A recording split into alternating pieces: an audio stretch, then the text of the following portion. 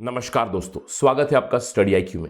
आज हम लोग बात करने वाले हैं एक फैक्चुअल इंफॉर्मेशन के बारे में। हाल ही में एक खबर आई है कि Dubai is going to launch its first environmental nanometric satellite. तो आज हम लोग इस चीज के बारे में बात करेंगे, क्या एग्जैक्टली ये सैटेलाइट है, इसके यूज क्या होंगे। लेकिन इस पर्टिकुलर डिस्कशन से हम लोग कुछ ज्योग्राफिकल लोकेशंस के बारे में जानेंगे और एक बहुत ही इंपॉर्टेंट टॉपिक के बारे में जानेंगे with respect to space technology. साथ ही साथ हम लोग बात करने वाले हैं with respect to some orbits also which are very important from exam perspective. So stay tuned, बहुत अच्छी इंफॉर्मेशन मिलने वाली है।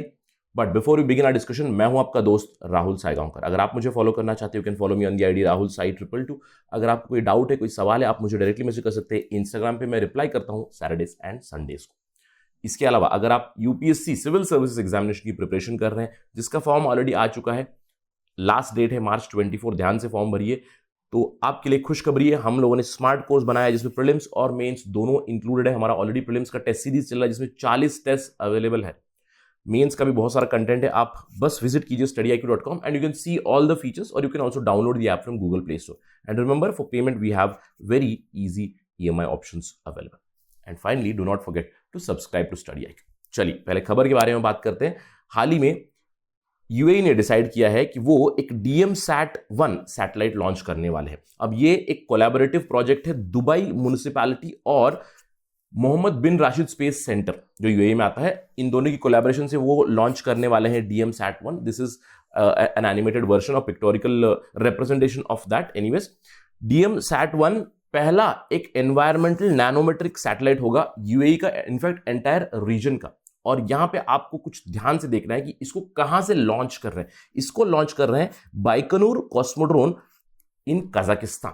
आपको याद रखना है कि ये जो बाइकोनूर कॉस्मोड्रोम है, ये लीज पे दिया गया है रशिया को। In fact it was one of the stance of USSR पहले। तो Baikonur it belongs to Russia, it is on lease to Russia, यानी कि रशिया इसको कंट्रोल करता है फिलहाल। राइट, हम लोग बात करने वाले हैं लॉन्च के बारे में। तो ये लॉन्च कब हो रहा है, इसकी बैकग्राउंड क्या है, अगर हम लोग बात करें, ये जो नैनोमेट्रिक सैटेलाइट है इसकी डेवलपमेंट होने की अग्रीमेंट की थी 2016 में। मैंने आपको बताया दुबई म्युनिसिपैलिटी और मोहम्मद बिन राशिद स्पेस सेंटर ने पिछले 4 सालों में प्रिपरेशन हुई, तैयारी हुई और अल्टीमेटली अभी वो सैटेलाइट रेडी है। उस सैटेलाइट को अभी भेजने वाले हैं in the low earth orbit very soon on March 20th 2021। अब ये DMSat-1 जो है सैटेलाइट, ये क्या करेगा?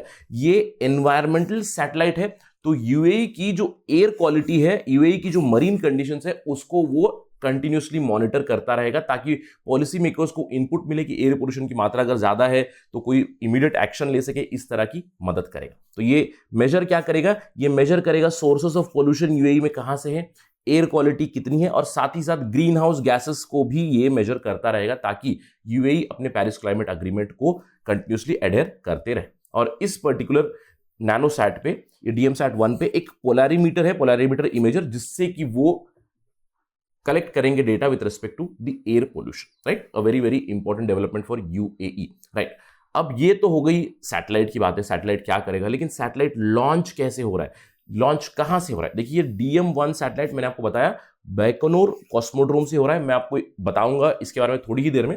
ये कजाकिस्तान में आता है। It has been leased to Russia, the Baikonur cosmodrome. अब ये जो सैटेलाइट है DM-1 सैटेलाइट, एक नैनो सैटेलाइट है, केवल 15 kg का है। और ये इसको कैरी करेगा रशिया का जो रॉकेट है सोयूज 2.1A, ये इसको कैरी करेगा और इसको भेजेगा लो अर्थ ऑर्बिट में 730 kilometre above. Now this is the low earth orbit, approximately 730,000 kilometre above. Right, इसके अलावा और कितने ऑर्बिट्स आते हैं इसके आपको ध्यान देना है। जैसे हमारे पास पोलर ऑर्बिट भी है, पोलर ऑर्बिट में हम लोग सैटेलाइट भेजते हैं। पोलर ऑर्बिट यानी कि जो अर्थ के पोल के ऊपर रोटेट होता है, आप यहां पे देख सकते हो। इसके अलावा we have geostationary and geosynchronous orbits which are way higher than the low earth orbits, यानी कि अप्रोक्सीमेटली 36,000 किलोमीटर पे जियो स्टेशनरी ऑर्बिट्स होते हैं। तो इस तरह के ऑर्बिट्स होते हैं। और एक और होता है एक्सेंट्रिक ऑर्बिट, यानी कि it is neither geostationary और geosynchronous nor polar, but at certain angle elliptical और एक्सेंट्रिक ऑर्बिट भी होते हैं। राइट, तो इसके ऊपर थोड़ा सा ध्यान दीजिए। From prelims point of view MCQs इस पे बन सकते हैं, तो फोकस ऑन दीज ऑर्बिट्स। अब इसके अलावा ये जो लॉन्च हो रहा है, ये हो रहा है बाइकोनूर से, मैंने आपको बताया।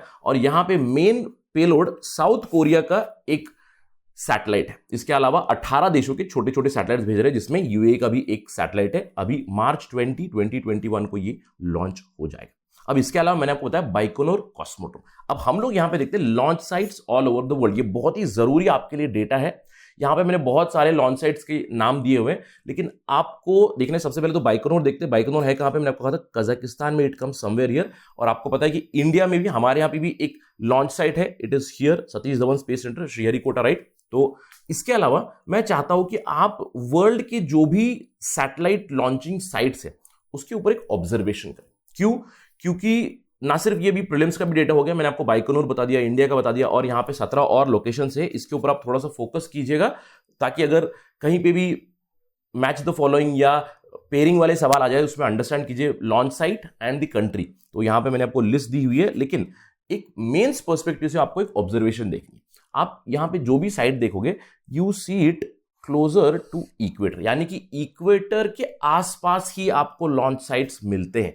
तो आपको यह अंडरस्टैंड करना है there is some relation with equator, right. अब इसके अलावा एक और भी आपको ऑब्जर्वेशन करनी है। आपको ऑब्जर्वेशन करनी है, देखिए, sites towards the eastern side, launch site towards the eastern side. अब launch sites towards the eastern side of the continent, launch sites towards the eastern side of the continent. Although some exceptions आपको मिलेंगे यहां पे, but nonetheless आपने अभी देखा कि majority आपको मिल रहे हैं ईस्टर्न साइड पे। तो आपको मुझे बताना है इसका रीजन क्या है।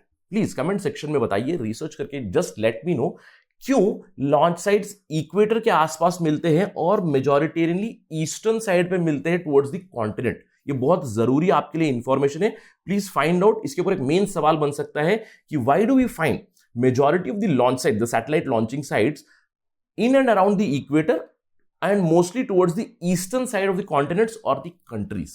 Do find out and let me know. Very very interesting information, और कमेंट सेक्शन में बताइए, ताकि आप जो रिसर्च करोगे बाकी सारे एस्पिरेंट्स को, स्टूडेंट्स को भी इससे मदद मिले। चलिए बात करते हैं, डिस्कशन के एंड करते हैं सिग्निफिकेंस देखकर कि ये जो सैटेलाइट अभी लॉन्च कर रहे हैं यूएई, इसका सिग्निफिकेंस क्या है।